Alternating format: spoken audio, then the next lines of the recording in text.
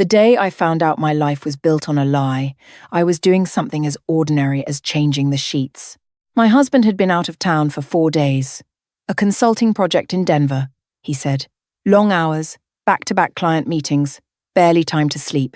He'd called me every evening around 9, his voice tired and warm the way it always got when he was travel-weary. I'd made soup for myself and our 8-year-old son, Mason, put him to bed, and waited by the phone like a faithful wife. Like the woman I thought I was. That Saturday morning, the house was quiet. Mason was at his grandmother's for the weekend. I had 2 days to myself, which I'd planned to spend cleaning, organising, maybe starting that novel I'd bought 6 months ago and never opened. I stripped the bed, tossed the sheets into the hamper, and grabbed fresh ones from the hall closet. When I shook out my husband's pillowcase, something fell from inside it. A hotel keycard, not from Denver. The logo on the card was unmistakable. The Ashford Grand. I knew it well. It was less than 12 miles from our house. I turned it over in my hand.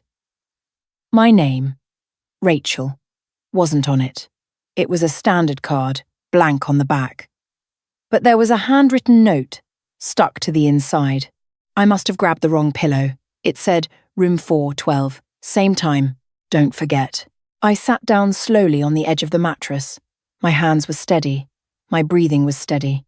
But something deep inside me cracked open, quiet as ice splitting in winter. My husband, Daniel, had been in Denver.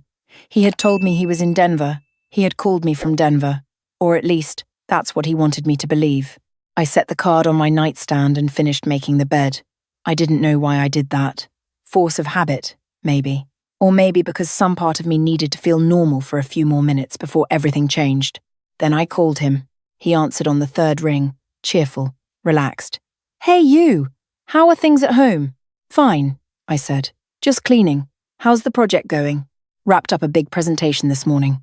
Think they loved it. Flying home tomorrow? Can't wait to see you. His voice was easy, practiced. I wondered how long he'd been practicing it. Miss me? He asked. Always, I said. We hung up. I sat with the keycard in my palm for a long time.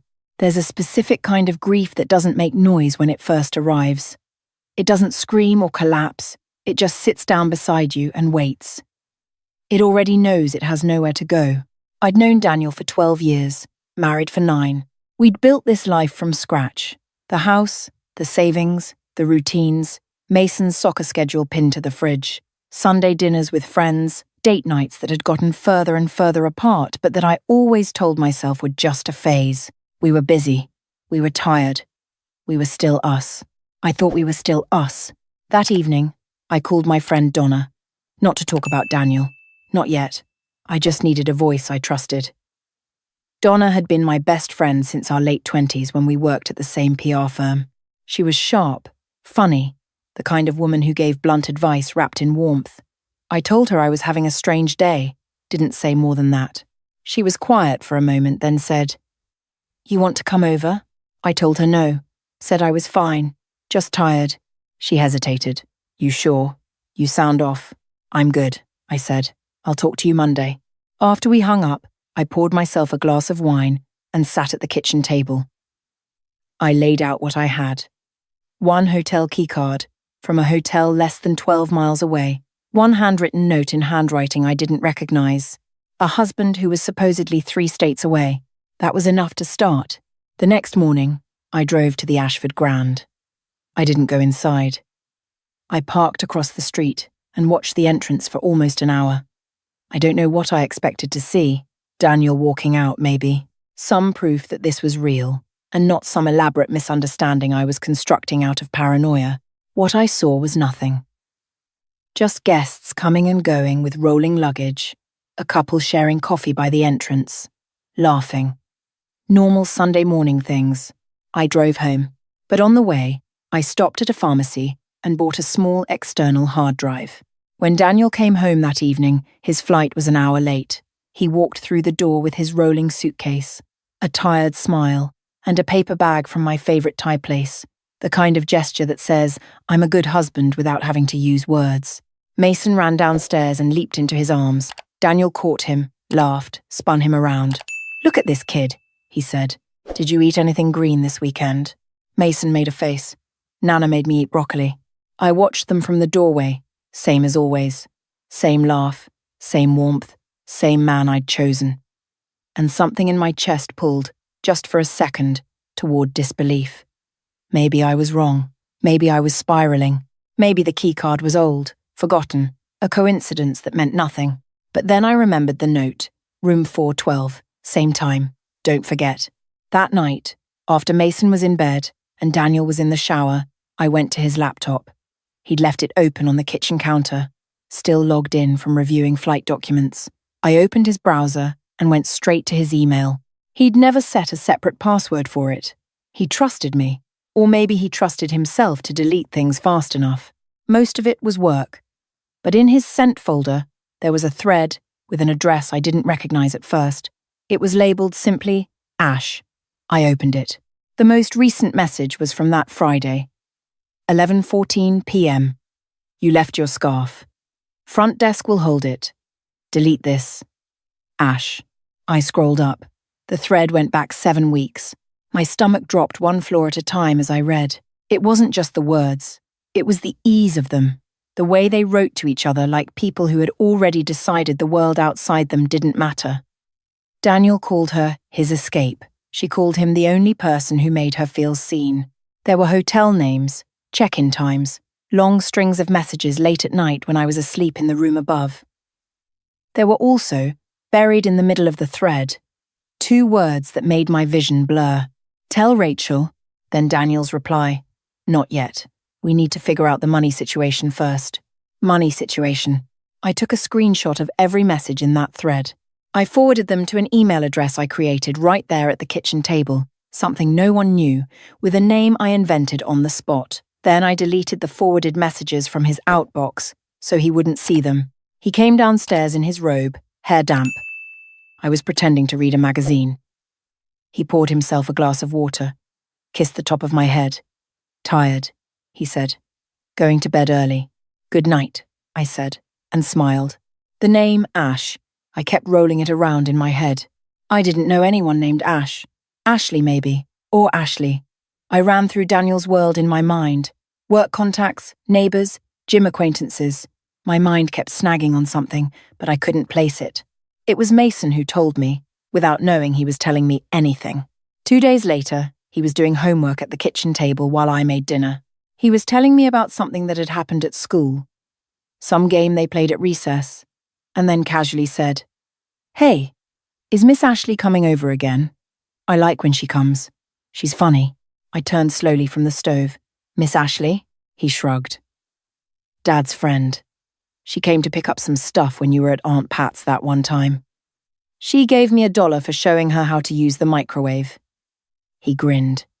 Easy money. My grip on the spatula tightened. I smiled at him. Yeah? What did she look like? He thought about it.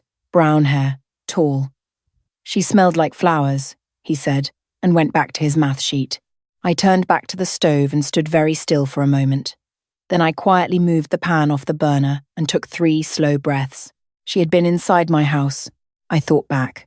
2 months ago, I'd driven to my sister-in-law Patricia's for a Saturday afternoon. I was gone maybe 4 hours.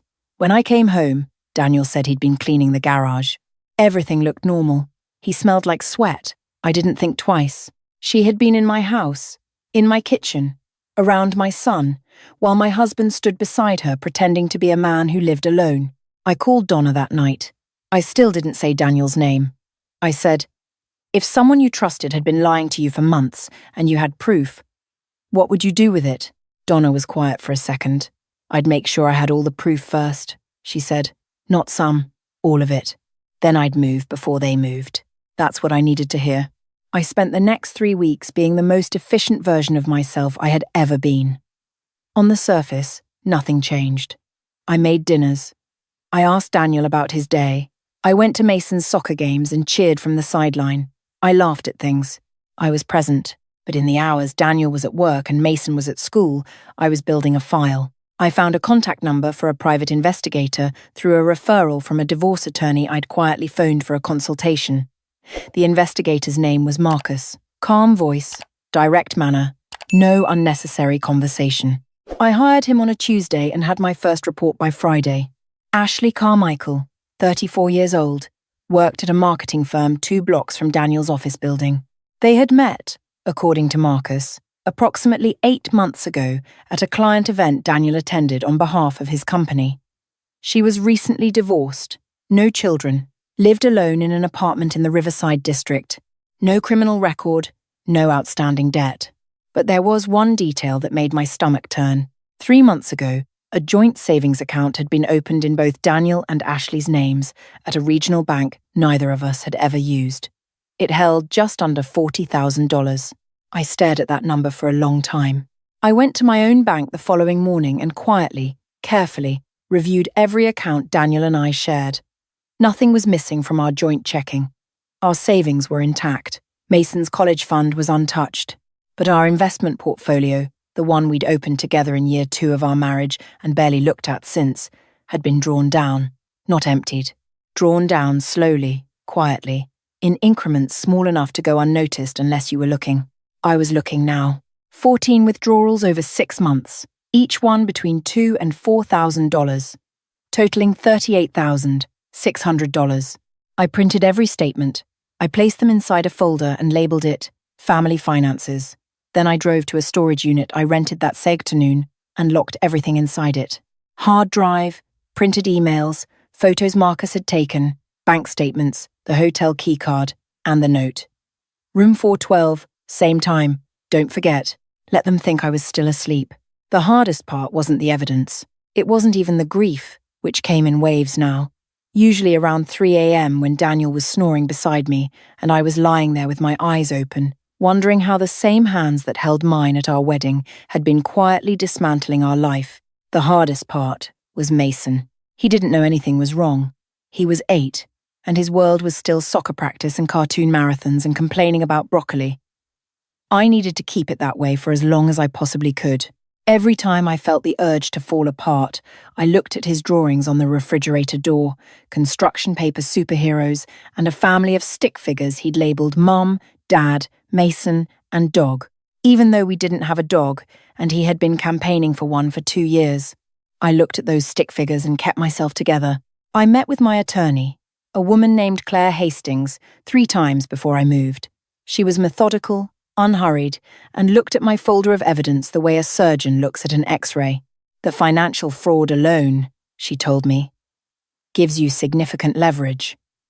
Depending on how the funds were moved, this could involve criminal exposure for him. She paused. Do you want that route, or do you want this handled privately? I want everything that's mine, I said. The house, Mason's primary custody, and every dollar that came out of that account. She nodded and wrote something down. We can do that. I chose the day carefully. Daniel had a regular Sunday morning golf game with 3 colleagues. He left at 8, which gave me a window. I asked Donna to keep Mason for the day, told her I needed to handle something. She looked at me for a long moment across her doorstep and then said, You okay?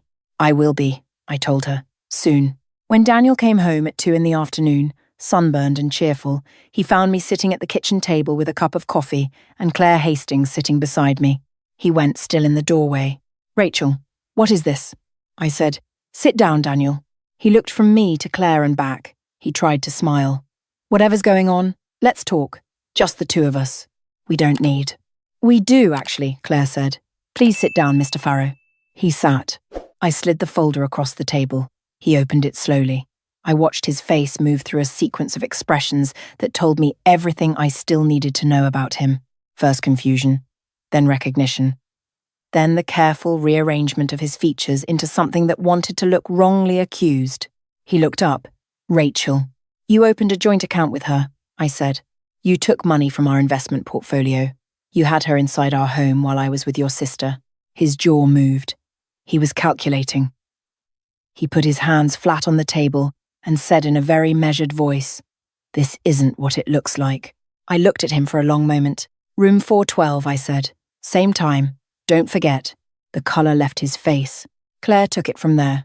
She walked him through the divorce filing, the asset division, the fraud liability, the custody arrangement she had already drafted. He sat in the chair and listened, and by the time she finished, He looked like a man who had walked into a room expecting to leave immediately and understood now that he was not going anywhere fast. He tried, that evening, to reach me after Claire left.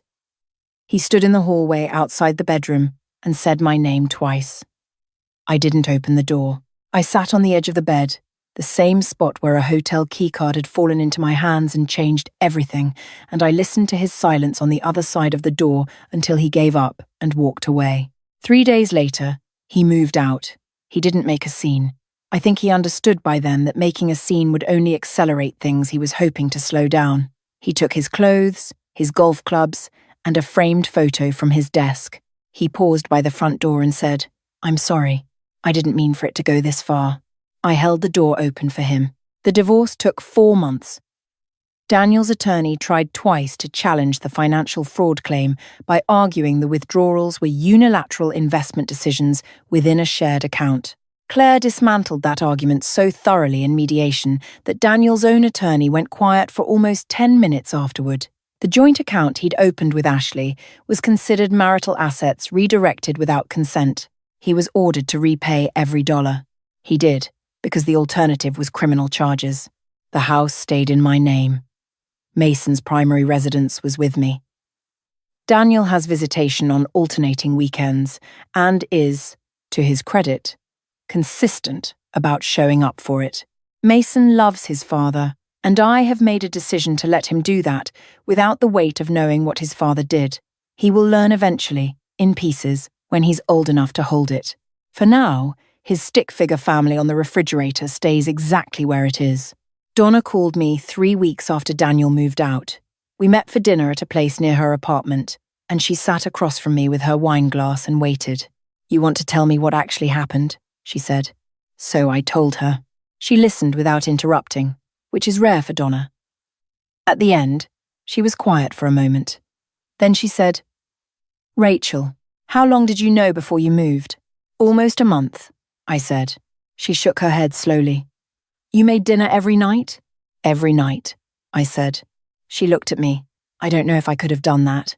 "You could," I said, "when it's for the right reason." The right reason was simple. I needed to be unimpeachable when the moment came. I needed to be the person in the room who had done nothing wrong, hidden nothing, broken nothing. I needed my son to grow up knowing his mother did not fall apart, did not become something unrecognizable, did not burn the house down, literally or otherwise, when the ground fell out beneath her feet. I was never the woman Daniel saw when he looked at me in those last months. Not the background of his life, not the static he was trying to escape, not the obstacle between him and whatever it was he thought he'd found in room 412 of the Ashford Grand. I was never any of those things. I was the woman who changed the sheets on a Saturday morning and found the evidence of his entire lie folded inside a pillowcase. I was the woman who finished making the bed anyway, who smiled on the phone, who made Thai food taste normal, who held it together for 37 days until every document was signed, witnessed, and locked in a storage unit he didn't know existed. People talk about revenge like it's something explosive, like it has to make noise to mean something. But the most complete kind of justice I've ever known was quiet. It was Claire Hastings sliding a folder back across a table. It was watching Daniel's face when he understood that the woman he'd underestimated had been 3 steps ahead of him for a month. It was Mason asking me, 2 weeks after his dad moved out, if we could get a dog now. I said yes. We named her Rosie. She chewed through 2 pairs of my shoes in the first week, and Mason thought this was the funnest thing that had ever happened. I watched the 2 of them running in the backyard one afternoon, my son and this ridiculous, clumsy dog, and I thought, this is what I protected, this exact thing. Daniel had called my life ordinary, or at least that's what the emails implied. The ones he wrote to Ashley about needing more than routine, more than predictability, more than whatever it was he thought I represented. He was entitled to want what he wanted. He was not entitled to take from me what he took. I'm 39 years old. My house is paid for. My son is healthy. My savings are recovering. I sleep through the night now, almost every night. Sometimes I still pass by the guest room upstairs, the one Mason uses now for Legos and comic books, and I think about how ordinary that Saturday morning felt. Just changing sheets. Just a small domestic task in a life I thought I knew completely. and how the smallest things have a way of cracking the world open when you're ready to see what's been hiding inside it. I was ready. I just hadn't known it yet. I know it now.